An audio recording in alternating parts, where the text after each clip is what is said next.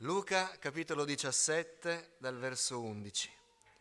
Nel recarsi a Gerusalemme, Gesù passava sui confini della Samaria e della Galilea. Come entrava in un villaggio, gli vennero incontro 10 lebbrosi, i quali si fermarono lontano da lui e alzarono la voce dicendo: Gesù, Maestro, abbi pietà di noi. Vedutili, egli disse loro: andate a mostrarvi ai sacerdoti. E mentre andavano, furono purificati. Uno di loro, vedendo che era purificato, tornò indietro, glorificando Dio ad alta voce, e si gettò ai piedi di Gesù con la faccia a terra ringraziandolo, ed era un samaritano. Gesù rispondendo disse: i 10 non sono stati tutti purificati? Dove sono gli altri 9?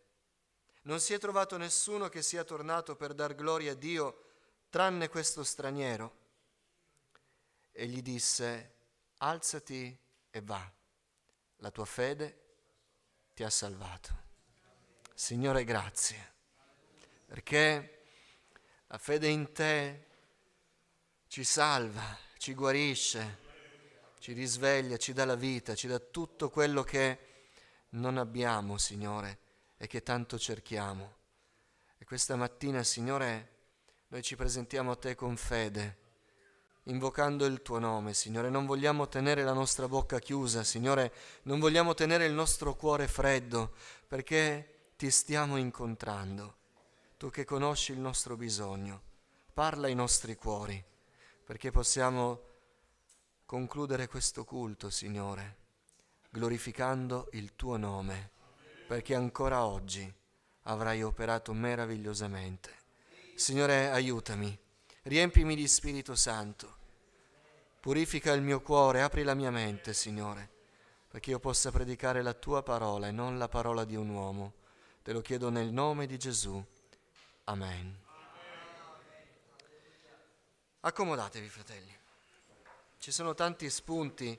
Il cuore della nostra meditazione non è tutta questa storia, ma i primi 3-4 versi, dal verso 11 al verso 14. Interessante è che quest'unico dei 10 che tornò indietro glorificava Dio ad alta voce. Ora voi lo sapete che di tanto in tanto, anzi non di tanto in tanto, ma spesso vi esorto, vi incito a glorificare il Signore ad alta voce.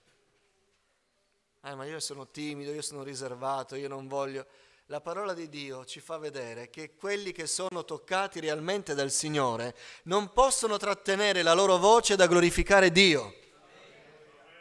Costui, vedutosi guarito, toccato dal Signore, glorificava Dio ad alta voce. Ad alta voce. Chi viene toccato dal Signore si vede, si sente. E non è possibile che non sia così, perché Dio ha fatto cose grandi per noi e noi siamo nella gioia, dice il Salmo.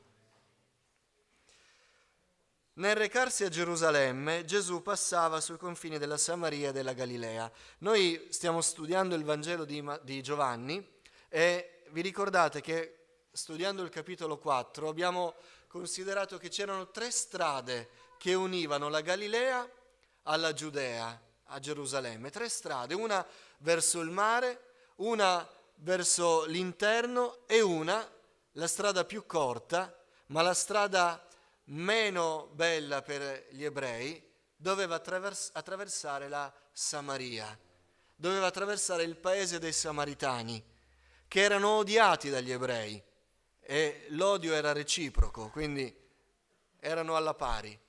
E Gesù, nel passo della Samaritana, fa proprio quella strada. E questa volta, di nuovo, nel recarsi a Gerusalemme, Gesù passava sui confini della Samaria. Di nuovo Gesù ripassa di là. Ed è scritto che come entrava in un villaggio, evidentemente nei pressi di questo territorio odiato dagli ebrei, gli vennero incontro 10 lebbrosi, i quali si fermarono lontano da lui. Fermiamoci un attimo qui, perché c'è qui un dettaglio riportato da Luca. Che dettaglio non è? Questi 10 lebbrosi si fermarono lontano da lui. Questo aspetto ci dice tanto di questi uomini sofferenti. Noi abbiamo nella Bibbia malati, bisognosi, che pur avendo una malattia che li rendeva impuri loro e rendeva impuri quelli che loro toccavano, per il loro gran desiderio di essere guariti, si avvicinarono lo stesso a Gesù, perché volevano essere guariti. Forse erano di temperamento più coraggioso, forse erano più disperati, ma arrivarono a Gesù. Vi ricordate la donna dal flusso di sangue? La sua malattia rendeva impuro chiunque quella donna toccasse. Ma lei, pur sapendolo, arrivò a Gesù e lo toccò. E così fecero anche altri. Ma questi uomini no. Questi uomini erano lebbrosi. E Gesù toccò i lebbrosi. Gesù non aveva problemi a toccare i lebbrosi. Anzi, ci sono dei passi in cui prima di guarire Gesù tocca. E Gesù non guarisce col tocco, guarisce con la parola, ma prima di usare una parola e guarire, li toccò per far capire a quegli uomini sofferenti che lui non era insensibile. Ma i lebbrosi in Israele, visto che erano impuri, dovevano vivere così. Quando camminavano per le strade e vedevano qualcuno avvicinarsi, loro dovevano gridare di loro stessi: impuro, impuro! In modo che chi era vicino, si stava avvicinando a loro, sapesse che quelli erano lebbrosi e non si avvicinasse. Ma voi pensate all'umiliazione di questi uomini che dovevano tirar fuori la loro malattia, che non era una malattia semplicemente fisica, ma era uno status sociale. Diceva che loro non potevano stare con gli altri, non potevano vivere con gli altri. E la legge li obbligava a umiliarsi loro stessi e dire: impuro, non ti avvicinare a me, io non posso. Fecero così questi uomini. Quando Gesù passò di lì, loro avevano bisogno del Signore, volevano ricevere qualcosa dal Signore, ma si fermarono lontano da Lui. E questo ci parla del loro cuore, ci parla del loro peso, ci parla di quello che stavano vivendo. Non arrivarono a fare come la donna, non arrivarono a essere toccati da Gesù. La loro condizione li aveva convinti che ormai per loro, se ci doveva essere qualche possibilità, poteva esserci soltanto a distanza. Ormai tutto e tutti erano lontani da loro.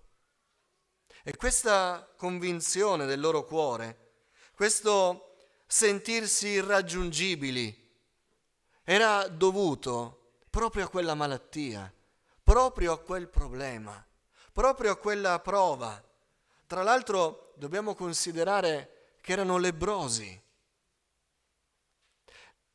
Gesù fece cose che non sono state scritte, ce lo dice sempre Giovanni, ne fece così tante che i libri della terra non potrebbero contenere tutto quello che Gesù fece in soli 3 anni. Quindi non riusciamo a immaginare la gloria di Dio che i contemporanei di Gesù videro. Ma gli evangelisti riportarono solo alcune storie, perché avevano un senso particolare. E riportarono la guarigione di alcuni lebbrosi, perché la lebbra è il simbolo del peccato.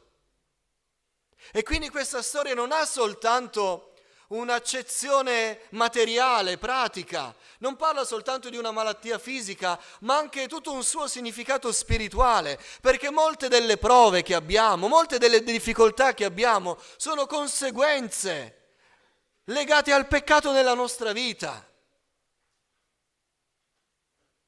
Ora noi leggiamo lebbra, ma spiritualmente possiamo leggere anche peccato. Tante volte il peccato ci allontana da tutto, ci rende insensibili, ci fa alzare dei muri. Tante volte è una condizione che Dio non approva.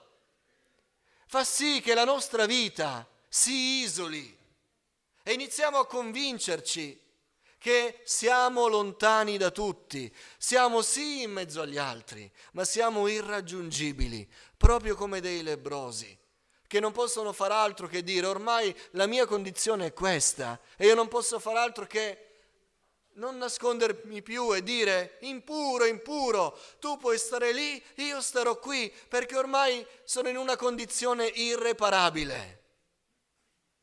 A volte sono le prove a renderci così. A volte è l'impossibilità di cambiare, a volte è la sfiducia per qualcosa che va avanti da così tanto tempo che noi non riusciamo neanche più a credere che la nostra condizione possa cambiare. A quei tempi la lebbra era una malattia incurabile. E quindi chi era colpito da quella lebbra o sperava in un miracolo di Dio o si rassegnava. Ma che triste è la condizione di chi, pur sapendo di poter incontrare il Signore, vive in rassegnazione, vive col pensiero che tanto la propria condizione non cambierà e addirittura il Signore, sì, ci ascolta, sì, ode la nostra voce, ma è lontano. Questa era la condizione di questi uomini. Questa può essere la condizione spirituale di qualcuno che può anche arrivare a sentire la voce del Signore, che è quella che cambia la nostra vita, certo. Ma il pensiero che Dio parli a distanza, il pensiero che Dio si tenga distante da noi, il pensiero che noi non ci possiamo avvicinare a Dio, ormai è radicato nel cuore, è triste. Perché Gesù è stato annunciato secoli prima della sua nascita terrena come l'Emmanuele, Dio con noi, il nome stesso che anticipava la venuta di Gesù, demolisce questo falso pensiero, questa convinzione che ha solo lo scopo di scoraggiarci che Dio può anche parlare, ma si tiene a distanza da noi. Dio non fa così. Se c'è qualcuno questa mattina che è scoraggiato, che sente Dio, e perché no anche gli altri, o anche condizioni che vorrebbe sentire più vicine, lontano da Lui, questa mattina tutto può cambiare alla sola parola di Gesù.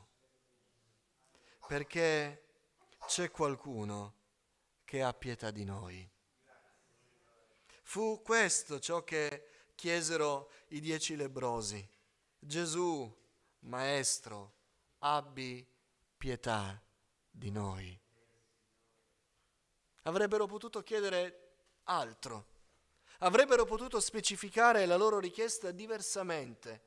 Avrebbero potuto dire, Signore, siamo malati di una malattia incurabile, guariscici. Ma dissero di più, fu una confessione del cuore. Dissero, Gesù, Maestro, Signore, abbi pietà di noi, perché qui non si tratta solo di una malattia, è la nostra vita stessa che è lacerata, è la nostra condizione che è abbattuta, è di più che una semplice guarigione, Signore, c'è di più, se tu tocchi la nostra vita, tutto cambierà di noi. Abbi pietà di noi. Ma il semplice fatto che Gesù, loro non lo sapevano, ma Gesù lo sapeva.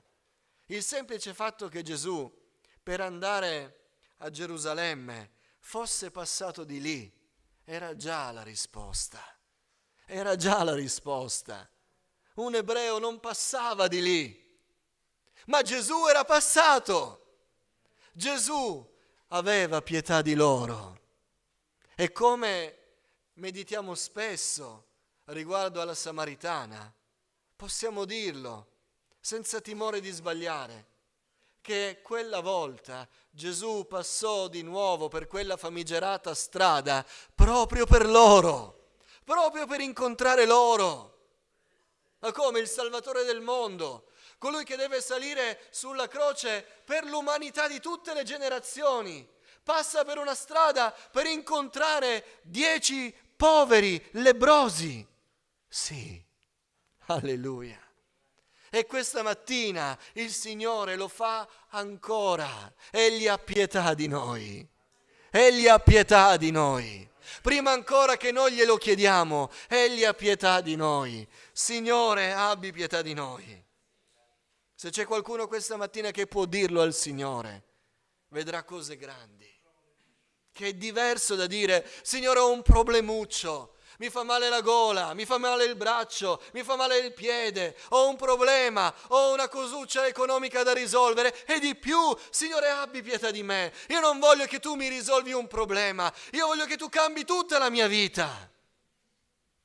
Io non voglio più sentirmi emarginato, io non voglio più sentirmi isolato, io non voglio più non potermi avvicinare alle persone perché ho una macchia che mi deturpa la vita intera. Abbi pietà di me, Signore. E non devo dirti altro, perché tu mi conosci, tu sai cosa devi fare. Amen.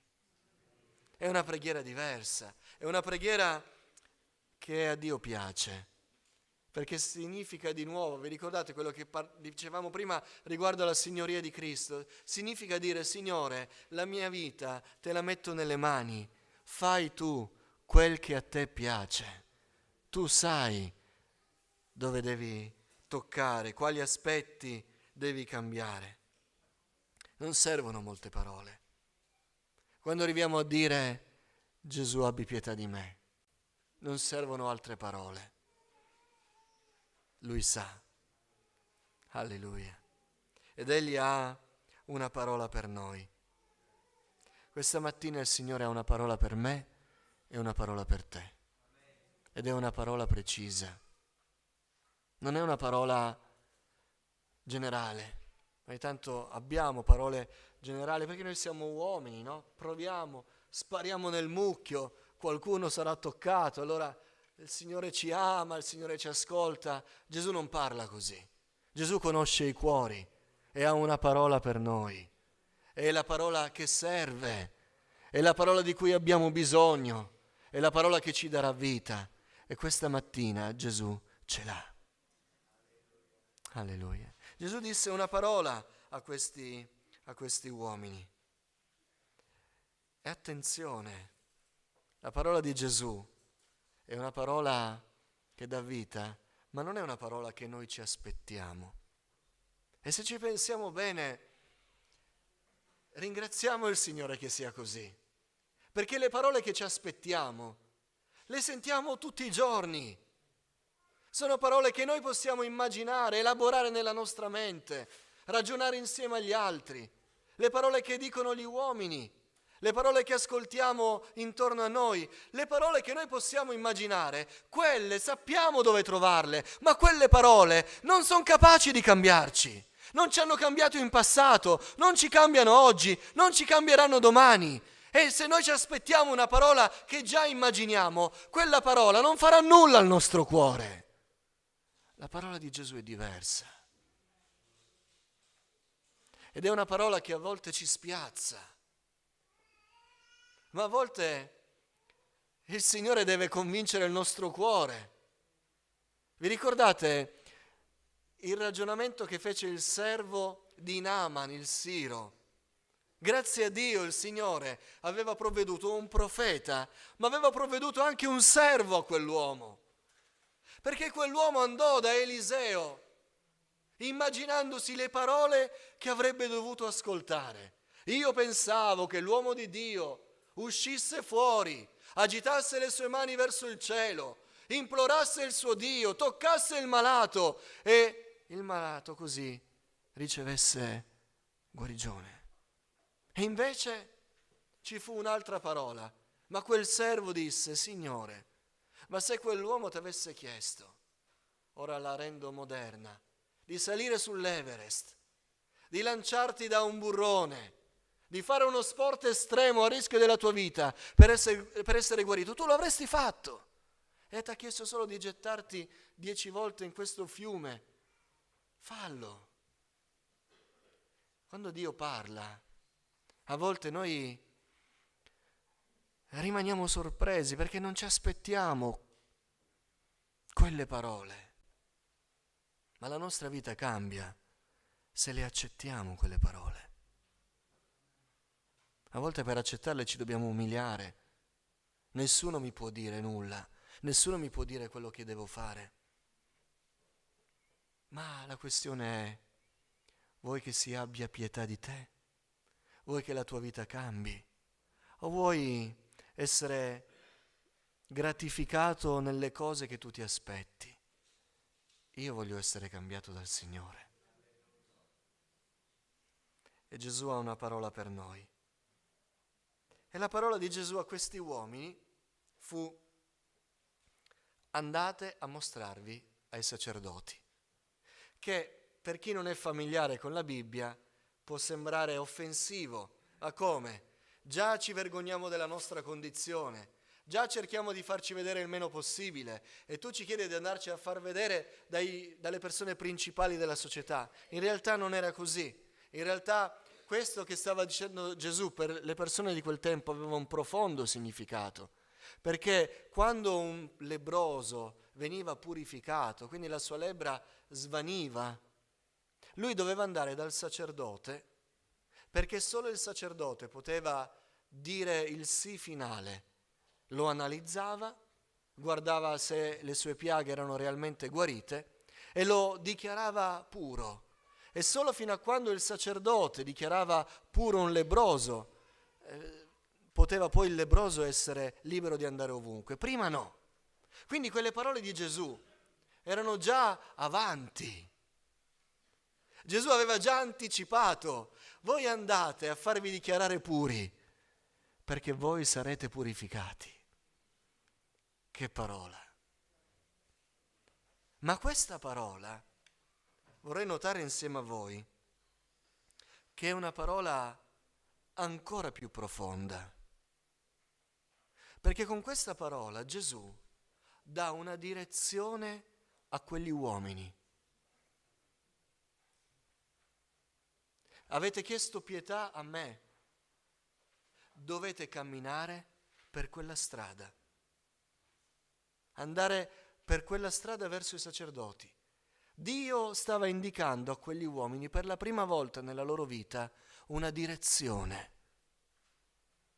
E fino a quando non l'avessero presa, non avrebbero potuto vedere la mano di Dio nella loro vita. Avrebbero potuto dire: abbiamo conosciuto Gesù, abbiamo sentito le parole di Gesù, voi che acclamate questo grande profeta, noi l'abbiamo visto di persona, abbiamo fatto delle esperienze, siamo stati con quelli che lo seguivano, siamo stati d'accordo, ma non avrebbero mai potuto dire: ho visto la mano di Dio in mio favore, fino a quando non avessero deciso di imboccare quella strada, di intraprendere quella direzione. Questa mattina il Signore ha pietà di noi, ma noi vedremo il favore di Dio se riceviamo la parola di Gesù e iniziamo a camminare nella via che Lui ci indica. No, Signore, la legge dice che prima devo guarire, prima devo essere purificato e quando ho verificato io stesso, poi andrò dai sacerdoti e loro daranno la conferma finale. Ma noi abbiamo chiesto al Signore di avere pietà di noi. Non abbiamo chiesto al Signore di spiegare noi come devono andare le cose, perché noi abbiamo chiesto pietà. Noi abbiamo detto al Signore: Signore, con tutte le nostre forze, con tutti i nostri tentativi, con tutta la nostra buona volontà, noi siamo ancora qui. Siamo ancora qui col nostro problema, con la nostra difficoltà. Signore, con tutte le nostre soluzioni, noi ancora non abbiamo soluzione. Abbi pietà di noi. Noi abbiamo chiesto questo al Signore, o no? E Gesù ce l'ha data la parola. Gli abbiamo chiesto di parlarci e Lui ci ha parlato. Gli abbiamo chiesto di darci la sua soluzione e Lui ce l'ha data. Come non ubbidiremo alla sua parola? Andate a presentarvi ai sacerdoti. E loro lo fecero. Loro iniziarono a camminare per quella via. Iniziarono a camminare per quella via lebbrosi, malati, a distanza. Iniziarono così. E adesso fatemi immaginare un po'. In quella strada incontrarono altre persone. E come diceva la legge, di nuovo dovevano gridare: impuro, impuro! Ma a un certo punto, mentre camminavano e mentre gridavano davanti alle persone che incrociavano impuro e agitavano il braccio in alto, con la coda dell'occhio hanno guardato quel braccio lebbroso e si sono accorti che non era più lebbroso ed erano stati guariti. È scritto che mentre andavano furono purificati e uno di loro, vedendo che era stato purificato, glorificando il Signore ad alta voce, tornò indietro e si gettò ai piedi di Gesù. Gesù aveva avuto pietà di loro. Alleluia. Se questa mattina ci fidiamo di Gesù, se questa mattina facciamo quello che Lui ci chiede, noi troveremo pietà presso il suo cuore. Noi saremo guariti, salvati, benedetti, rialzati. E questo uomo andò. Gesù è misericordioso, guarì 10 lebbrosi. Uno solo tornò. Ed era un samaritano. Nella Bibbia i samaritani ci fanno mangiare la polvere. Quanto urtava gli ebrei leggere gli scritti del Nuovo Testamento, dove c'è la donna samaritana, dove c'è la parabola del buon samaritano, dove c'è questo lebbroso, dove c'è lo straniero, il centurione che va da Gesù e Gesù lo elogia per la sua fede. Quanto urtava leggere il Nuovo Testamento questi ebrei che non riconoscevano in Gesù il Messia. Ma a noi non ci urta leggere il Nuovo Testamento. Noi leggere la parola del Signore ci fa crescere la fede. Quest'uomo tornò e si prostrò e glorificò il Signore. E Gesù gli disse: alzati e va, la tua fede ti ha salvato. Che era quello che aveva chiesto. Che quell'uomo non chiese semplicemente di essere guarito. Quell'uomo voleva essere spogliato di questa condizione di umiliazione. Voleva essere salvato da tutto quello che riguardava la sua vita. E la sua fede in Gesù lo salvò. Lo guarì, lo riabilitò e gli diede la fede anche nel Salvatore. Gesù fece un'opera completa. Gesù fa sempre opere complete, ma non inizierà se noi non ascolteremo la parola che noi gli abbiamo chiesto di pronunciare. E se questa mattina c'è qualcuno che si sente afflitto, appesantito da un problema schiacciante, che lo fa sentire anche da solo rispetto a tante cose, se questa mattina chiediamo pietà al Signore ed Egli ci parla e ci dice qual è la direzione che noi dobbiamo intraprendere e noi iniziamo a camminare in quella direzione, a un certo punto dovremo dare gloria a Dio. A un certo punto dovremo fermare tutto e dire: Signore, sia benedetto il tuo nome. Ho invocato il tuo nome e tu mi hai risposto. Come dice il Salmo: invocami nel giorno della distretta. Io ti salverò e tu mi glorificherai. Alziamoci in piedi e chiediamo al Signore di avere pietà di noi egli farà un'opera grande. Alleluia!